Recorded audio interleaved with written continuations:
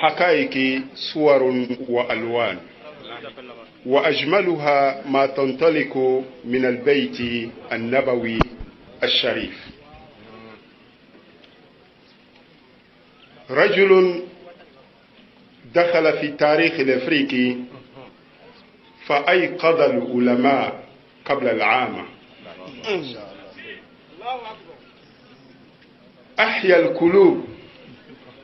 وأحيا المساجد، رسم خطة رجع الجميع في نهاية المطاف إلى الأخذ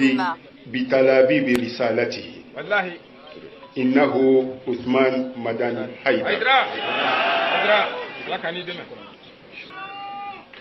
حيدر لنا كنا فرافينا كونو نيبه فكا فرافين كلا أفو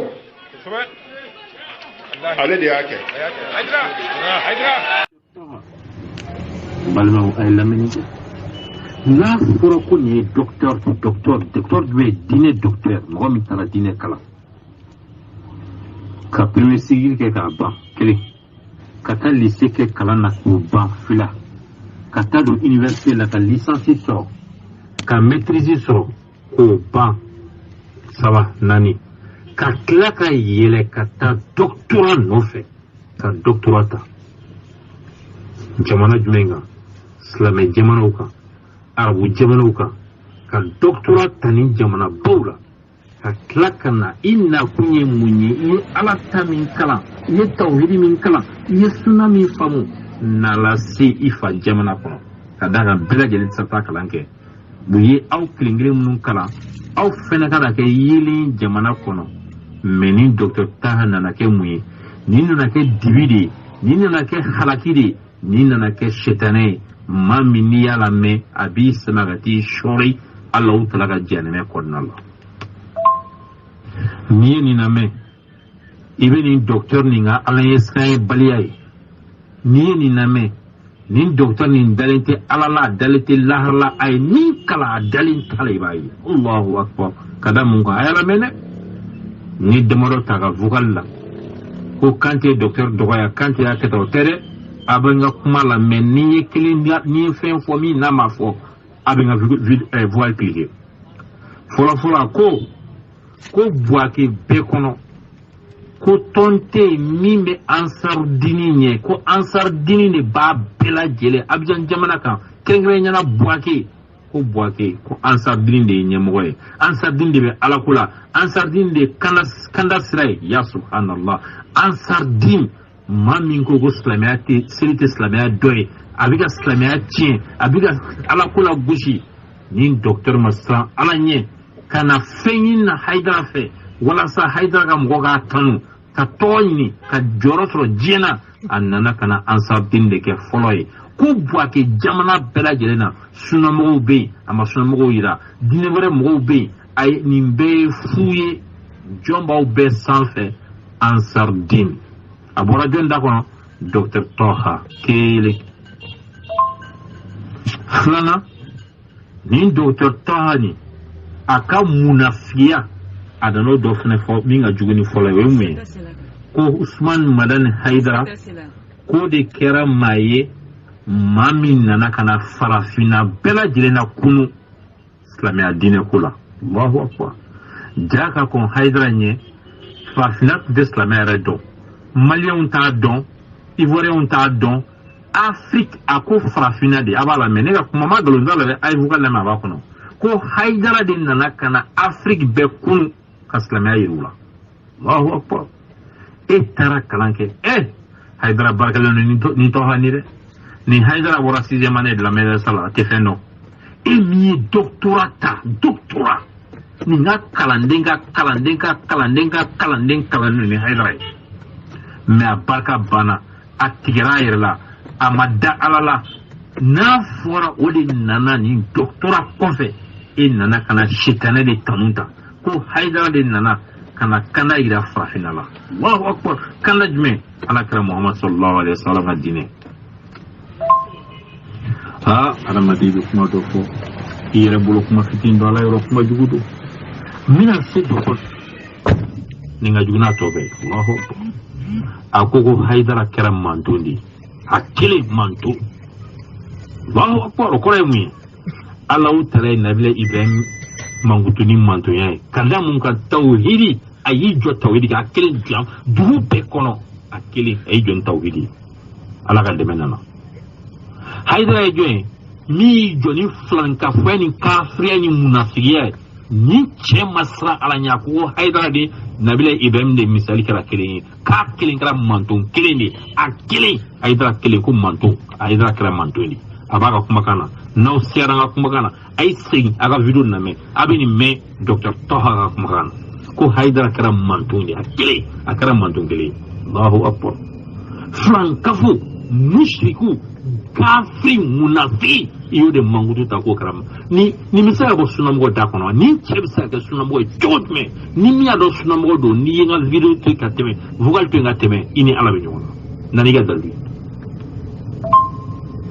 ni Dr. Toha ni masra alanye akoko haidara ko haidara de ala re pato ko ngira olula ale naga ni kalam ale naga ni doni ayini arabu jamno bege kan doctora soro ale makanda soro ale masklama ere fam me haidara ni na kana slama ira alila kana ira abijan kabela kana ira malyo sari kana slama ira ambela killing o don tere ko haidara de nana ala kira sumugo alu betu ukanga bunya tugamina uka joro ko haidara de nana kono nyefo oluye afoni nganga wole to go docteur aw ni ala tinin kana wole to docteur haidara mi a te fendo a makala ani kala kala masigi doctora ko fo de kulflene ko ala kira kanu ala kira somogo kanu alu bitu oluka hakew ko nyefo oluye oluka donga fo alu bitu ya femi ko haidara de nano nyefo oluye docteur Toha ko makam fle docteur Toha subhanallah shaitan ay kuma wala fotu ya minga jugo jugo tuma dula ninga jugo naka kunga to bela kile oye jume ko ni mami mbe Muhammad fe rasul sallallahu alaihi wasallam kiwe haidara fe o ko ni mami bana haidara la ibana kira Muhammad sallallahu alaihi wasallam dan farate ala kira Muhammad ni haidara che mais ni chebe ta mufo ala ni eni mirakel motu nyoge ini ala che ni ala yini ibta mufo ala yini mami ndiga ala kira ka tasra bela gushi o kunna sina nkoro ya ni groupe keleka ay finimpa ko ala kira ka sunna da ya sabati fondo fe ka kira kana la gushi na yega na kurushira do chete mami ndiga kira la gushi ka kira ka tasra ga fuye ka slama yebebe ka ala kira ka kunya bela jere yebebe nunu ndiga kira somogo nini abu lu suteni eko ko ni mami be ala kira fe niga kira kanu ye tie ni be ala kira fe kebe ke haidara fe don ni bana haidara la o kori bana ala kira sallallahu alaihi wasallam ya subhanallah niku shetane mobe time dugulo kan depuis ala kan da ma doctoré dugulo sanfé dine docteur ha mi ye shetane kuma fo mi ye kafriya kuma fo mi ye munafiya kuma fo ata ncheka docteur ni amakuma dafa amakuma ndatu faga na jume faraka ja to tumbi alibi ko ansar dinini haidla kadin taslani kabe fo qur'ane ba fo masratal mustaqima ihdina siratal mustaqim siratal ladzina an'amta alaihim ko allah ta'ala islami mangutu fatiha kono ko ansar din dole ansar din ne bo sraka ko ansar din ne be sraka siratikal mustaqima wallahi tohani yafo video din kono kanti ka kuma te madala de ayala je ni mama segine ngata video ni ma amanjo ayala menro aga fo ngunote ko ansar dini siratakal mustaqima di ko ansar dini yodi Allah ta'ala ya ciro ngasira munu mangutu nabiyo ngasira kira ko sira shedi shuga sira tugu waliyu ngasira ko ye ansar dini ni do ni bo no fe do ansar dinna o ni to fe fene ansar pe yere halaki donc ni mambe ansar dinna ede islamé ede mu'mini ede be ciro ngasira kan sira mi mita aydine kono ni mamite ansar dinna iye shitane sira miti do chori jare me kono ya subhanallah ni mora jonda kono ko docteur Toha ama yini ala fe ala ka an kisi kan tanga boni ni shitane nyogo ni nyogona toroma ni docteur min fleni mbalma ke ni et nta don o sisa ka vocal don na len flena ka video fleni ni kuma kan name ni haidara kamni ni ansardin kamni ni ga slamia la gushi ka sunna la gushi no do note ambilame o ni menen ko feife dora tima ka bo o siti kelenga ne re tueton defa non ni tiena ni te bo slamia da kono ni te bo sunna mo da kono donc fevre tima iga tubi iga singata Allah talama ka mo bo fila ka fo tiela ja nin che ni ma juri no nin sala bo suna mo ta kon